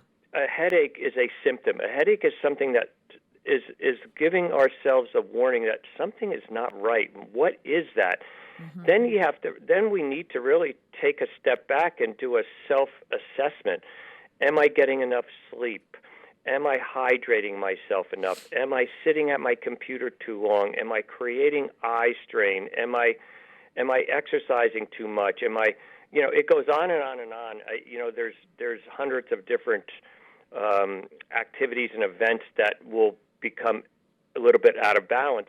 Our human body, even down to the cellular level, require us to maintain that homeostasis as close to possible. Now, one example that we all would probably understand is perspiring and shivering. Okay. So, if we're outside working in the yard and it's hot, it's in the summertime, and what will happen, our body temperature starts to rise. 98.6 is generally the average, what we think of as normal. So let's use 98 degrees. So if our body temperature starts to rise because we've gotten our internal motors going with our muscles and our heart and our lungs and all this other stuff, we start to sweat. Well, that is a balance. That's our body's way to create sweat on our skin. It starts to evaporate, it cools, and it starts to keep our body temperature bring it down a little bit, back to close to 98 degrees. In the wintertime, we go outside to get the mail, and we are underdressed, we start to shiver. Well, that's because our body temperature dropped, and we are shivering to try to create a mechanism to increase that body temperature. So we try to maintain that line, that balance of whatever it is. I think one of the biggest ones that I see a lot today is trying to strike the balance between overactivity and underactivity. Okay. All right. Explain that. So I personally have been an athlete my entire life, and I am trying to figure out how to strike the balance of not exercising too much. And when I do, I pay for it the next day. My body gives me warning signals. I'm either fatigued or tired. I have some amount of tightness or discomfort. And I have to keep going back to, so where's the balance where I'm really working my body as it needs to be worked, but not overworking my body and giving it the adequate amount of rest, the rest giving the body the time to repair and heal and rejuvenate itself. So there's that fine balance between exercise and rest. And you know what, Gary, I think that as you were saying that, it occurred to me that I think a lot of times we live at one extreme or the other. I mean, we have, how often have we talked about the people who are couch potatoes, they're, watching their TV, they're on their computers, they're on their smartphone, they're sitting. And then, which is totally not good. We've talked about, sitting is the new smoking or whatever. And then you've got the opposite end with these athletes who are, who we just heard something on the radio, somebody who did however many marathons, however many days in a row. I'm thinking to myself, that is so unhealthy at the other end. I mean, this overachieving athletically, I've got to, do workout for 4 hours a day. I mean, unless you're training for the Olympics, there's got to be a balance in here somewhere where you can kind of meet in the middle. So I think that was a good example, because I think that's something that but as Americans, we do the same thing with dieting. Instead of doing just a healthy, making healthy food choices, if we need to lose some weight, doing it slowly over time. It's no, we do this. I'm going to go on the such and such diet and I'm going to lose, 50 pounds in 2 weeks. Well, I mean, hello, that is, again, that's, I mean, the end goal is fine, but your way of achieving that is so, is so wrong. Unhealthy. It's unhealthy. Right. So, And so what do you oftentimes... We need to have a balanced diet. Yes. Balance. There it goes right back to the word balance. Yeah. But again, and we need to be honest with ourselves, and I think that's the biggest fallacy that we have. We lie to ourselves. We justify the reason we have certain behaviors without thinking of the consequences of those behaviors. When you're driving down the road, if all you're doing is putting your foot on the accelerator pedal and you're not putting the foot on the brake, there's bound to be a bad end result. Nothing good can come of that. Right. You Yeah, know? exactly. I mean, exactly. If I come to the red light, I'm going to keep my foot on the accelerator pedal. But man, when you get into that intersection, something that is unhealthy is going to happen somewhere along the line. And that's life, honey. Teen, that is really life. And we, unfortunately, we create it in ourselves. So, Gare, in a lot of ways. Let's talk a little bit let's get into some specifics. So let's start with someone who's retired or semi-retired. What would be kind of the, I guess the recipe, so to speak, for creating some balance in their lives? How would somebody get started with this journey for 2022? Well, I think really they just, take a few days and just really just chart what you do during the day. Okay. What is the day encompass? And I deal with this with my own patients because they'll come in with certain ailments, and then I have to start digging into, well, what are you doing all day long? And so you really need to decide. You need to write it down. It's like what you eat during the day. Write it down because you're going to forget when you go into the cupboard and grab a handful of chips, or you go into and get a small bowl of yogurt, or you go grab a soda, or whatever you do. So I think really the key is to write down maybe 3 days worth of activity from the time you get up to the time you go to bed. Okay, good idea. You know what? I think you'll be surprised at what you find. You will. You'll give yourself a log. Yeah. And then, so here's the example that I always, it's a classic. It's a classic example. Mrs. Jones, do you sit a lot during the day? Oh, no, Dr. Gorman, I'm busy all day long. Oh, you are you? Oh, gosh, yes, I don't have time to sit. I am running errands all day long. Oh, you are you? Okay. So, yes, I get up in the morning, I have to go to Stop and Shop, and then I run over to Big Y, then I run up to the mall, and then I run over to here, I run over there, I ride up to Greenfield to visit my niece. I come down here, I do this. I said, okay, how do you get there? What do you mean? Well, how do you go from the mall to Stop and Shop to Big Y to the Greenfield, and then, well, I drive my car. I said, okay. So that means that you sat for 4 hours today driving from point to point to point, because what human nature has it, team, you're a lister. You write your list of things to do, don't you? I do. You don't write Stop and Shop, check, drive to Big Y, check. You just go Stop and Shop, Big Y, the mall, Greenfield. Right. Well, you spent 45 minutes and then the light goes on. They go, oh yeah. Oh. Yeah. So that's one example. Your automobile, or then I love to read, or I love to do puzzles, and I love to watch a movie or whatever it is. But that all adds up to the amount of sitting that we do, the amount of inactivity. I think for semi-retired and retired people elevate. And even when you're actively working, today's society is no longer a manufacturing society. It's all robotics. It's all computer. It's all sitting. I'm at my computer. Look at the people that are working from home. Yeah. Since the pandemic. Yep. They are in their own home office. Mm-hmm. They're not walking down the end of a long corridor to the photocopy machine. They're not going, good point. Yeah. Everything is, they sit. I think one of the biggest things today, or the inventions, are one is a computer, is a sit-stand desk and a computer treadmill. It's really the coolest thing. They have treadmills now that you put your computer on, and you could be standing and walking at a mile per hour, a mile and a half per hour, and highly function on your computer. It's so slow that you hardly think you're walking, but you are.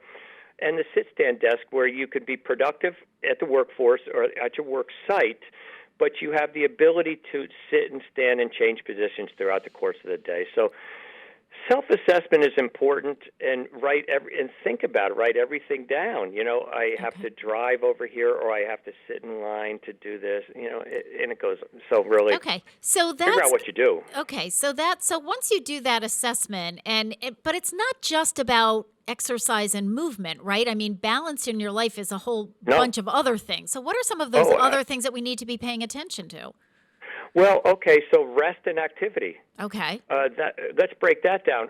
There's a fascinating book called Why We Sleep by a PhD researcher by the name of Matthew Walker. Okay. It's a phenomenal book on why our bodies need a minimum of 7 and more hours of sleep to recharge all our hormones and in our body during the resting time of our day and our nights. Okay. And it's absolutely fascinating. So the balance of rest and activity. Okay. Sleep and activity.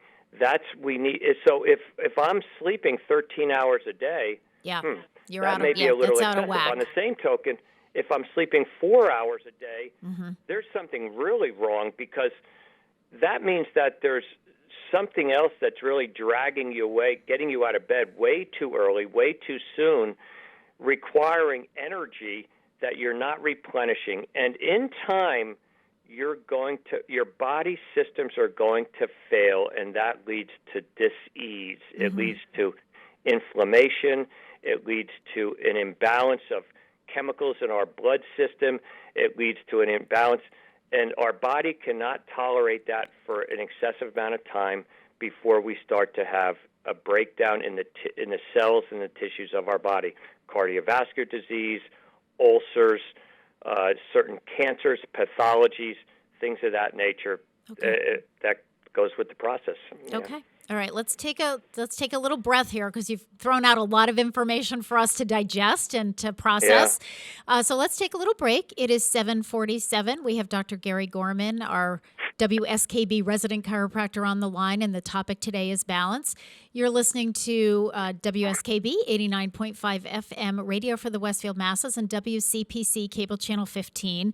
So today, Gary, is National Whipped Cream Day. I described earlier when we talked about it, you and John Goda's, idea of doing ice cream with lots of whipped cream on it. But I have a special song. The title of this song is Whipped Cream.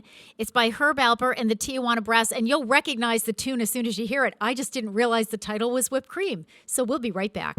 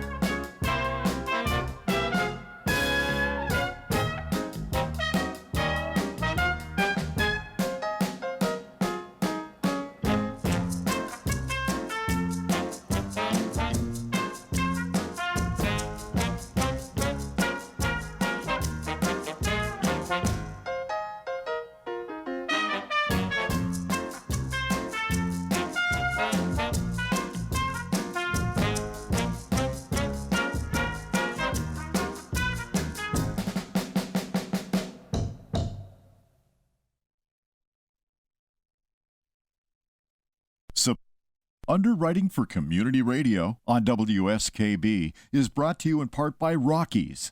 Over 30 convenient locations throughout Massachusetts, Rhode Island, New Hampshire, Connecticut, and Florida. One of the nation's largest ACE dealers. Expertise and great product selection in paint, hardware, lawn and garden. That's Rockies. Rock solid service since 1926. On the web at Rockies.com. I'm Mark Auerbach. Join me every Friday at 8 a.m. for ArtsBeat, where you'll meet interesting actors, directors, designers, and musicians here in Western New England. Community Radio. 89.5 WSKB. Live from Studio 120 at Westfield Technical Academy, this is WCPC Channel 15 and 89.5 FM, WSKB Westfield. Good morning, Westfield. It is 7:51. You're listening to WSKB 89.5 FM radio for the Westfield masses and WCPC Cable Channel 15. My name is Tina Gorman. I'm your Wake Up Wednesday host. And on the line, we have Dr. Gary Gorman, chiropractic physician with Strength for Life in East Hampton. And the topic today is balance and trying to achieve some balance in our lives. So welcome back, Gary.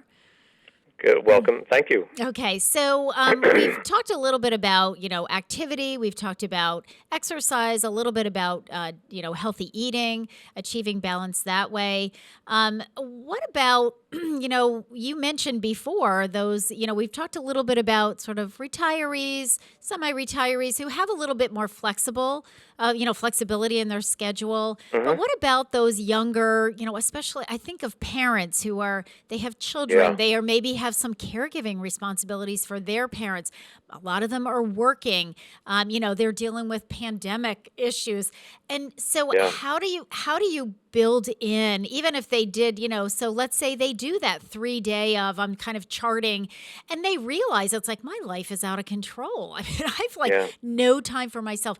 So what's your recommendation? Well, the pandemic has certainly put an added factor into this situation as far as the family dynamics and the balance routine and things of that nature. And I think really we have to. It's important for us to really not take on the superhuman. Remember the old supermom thing, Teen? That the mother can do simply everything. Yep. Well, you know what? There can be.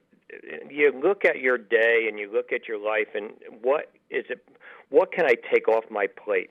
What is a necessity and what is a luxury? What do I really have to do, and what do I, what is, I'm doing it because it's either a habit, I've always done it, or I want to. And maybe what you want to do right now doesn't fit in with the rest of the scheme, and you need to take on something else that's more wholesome and healthy for you. You know what I mean? So I guess what I'm hearing you say, Gary, is prioritization. So you need to just prioritize, I do that. I mean, and even at work. So my list, within my list of my to-do list for my daily to-do list, I put the things that really need to get done, especially things that maybe have a deadline. Those go to the top of the list. I mean, I can tell you, I have some stuff on that to-do list that have been there for 2 years because it's either not that important right now, but I don't want to forget that at some point it really does need to get done. But it doesn't need to get done today or tomorrow or even next week. So I think part of, I think what I'm hearing you say is part of it is prioritizing. And also, as you pointed out, Gare, is it that you feel like something needs to get done because I've always done it, or that's always the way we've done it, or, I find, this is kind of a silly example, but I've talked to plenty of women who have said their holiday preparation routine has really changed over the years. And how many times have we heard people say, I used to buy gifts for every single member of the family, and then I would wrap all these gifts, or I would always, I would bake 12 different kinds of cookies. And then, suddenly they woke up and said, well, you know what? I don't have time for all that. I think I'm going to bake 3 different kinds of cookies. And I'm only going to, we're going to do a grab bag and decide who's buying gifts. And so I only have to buy 5 gifts for, or gifts for 2 people, whatever it is. Right. So I think that's, I know it sounds like a crazy example, but, we all do that. As you pointed out, Garrett, are we doing things because, well, that's, mom has always had Thanksgiving dinner at her house. So, well, you know what? Mom's allowed to wake up one year and say, you know what? I don't want to do this anymore. My life is out of whack. And then I have to spend a week, preparing my house and cooking and everything. So we're going to do something different. This year, we're just going to do a dessert party and everybody brings one dessert and then I can just enjoy my family. So I think maybe that's kind of what you're talking about, prioritizing and figuring out what do you really need to do? And traditions may have to change. Yes, good point. As a result of life. Yeah. I mean, you look at back when I was a little kid, a lot of moms they worked at home taking care of the home and taking care of, well, it's different. Think of the young couple. Young couple gets married, they work out 5-6 days a week, they take trips, all they're responsible for themselves, and they get into this routine. Then all of a sudden, child number one comes along, and they try to figure, okay, what am I going to do? I'm still working out 5 or 6 days a week. Now something's going to give a little bit. I have to somebody's got to take care of this child. Now child number two comes along, and oh my goodness, now we're buying a house, and then we're buying a bigger house, but I'm still working out 5 or 6 days a week.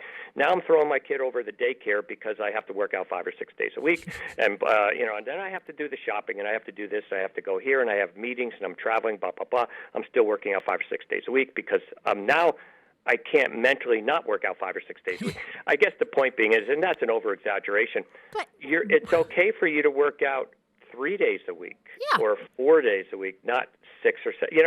It's okay. Well, it's also, I think, Gary, I think also it's how do you define your workout? So maybe, and how long? Right, and how long? So maybe a new workout would be, I'm going to take the baby for a walk in the stroller. It's not going to be like running 5 miles, but I'm going to get some exercise. I'm moving. And now I've put some balance back in my life because it's quality time with my child. Maybe my husband or wife is going to come along. Maybe I'll meet some neighbors and we'll walk with our strollers together. So I think part of balance from what I'm hearing is prioritizing, recognizing where you are, but also being flexible enough. And as you said, Gary, traditions, start new traditions, create new traditions instead of, we always have to do it this way. Because I think all of us have learned, especially, the holidays, it kind of smacks you in the face. But there are other times of the year as well where you just have to step back. And I think the other thing that you mentioned earlier, Gary, and you didn't use this expression, but I'm going to use it. I think a lot of times we can't see the forest through the trees. We're in the forest and everything is spinning out of control within our lives, within our families. And you're so caught up in, I have to do, and just going from one thing to the other. It's sometimes really important to step back and do it maybe with someone else. And I know, Gary, we're lucky we have each other. And you have, you have pointed out to me, okay, Tina, these are some of the things that are completely out of whack in your life. Now it's up to me to say, you know what? Let's do a realistic assessment and let's figure out how can I change that, And it doesn't mean changing everything overnight, but even if it's taking small steps to get to a better balance in your life. I think that it's not going to be, you're not going to go from working, 80 hours or 90 hours a week and, caring for parents, caring for children, whatever, to, the yin and yang, so to speak. But you certainly can begin to take steps. And I think that as people, maybe as we start this new year, begin to take those small steps, it'll start to feel, that will begin to feel more normal. Like, okay, now I get it. And now that I'm taking these small steps, well, let's take a few more small steps and let's take a few more until we get to, something that's more achievable for all of us. It's important to realize that you cannot keep your foot on the accelerator of your automobile and go without something ultimately breaking down in your automobile. And it's the same thing with us as a machine, as a human machine. If we keep our foot down on the accelerator of life and we're moving at a rapid pace, we're going to break down. It's so important to be proactive and take a step and say, okay, this is unsustainable. I cannot sustain this lifestyle or something is bound to happen. And you know what? It does. And we oftentimes don't recognize a heart attack, we think of it as high cholesterol or some of this other stuff, but it could be, a lot of times it is a result of prolonged distress in our body over years and years and years, and it finally caught up with us, and as a result of poor choices. Right. So we're going to wrap this up. Right. We're going to wrap this up because I think that's a perfect way to wrap it up. Let's take 2022 to be proactive. Let's start trying to achieve some balance in our lives. Dr. Gorman has given us some tips on how to do that.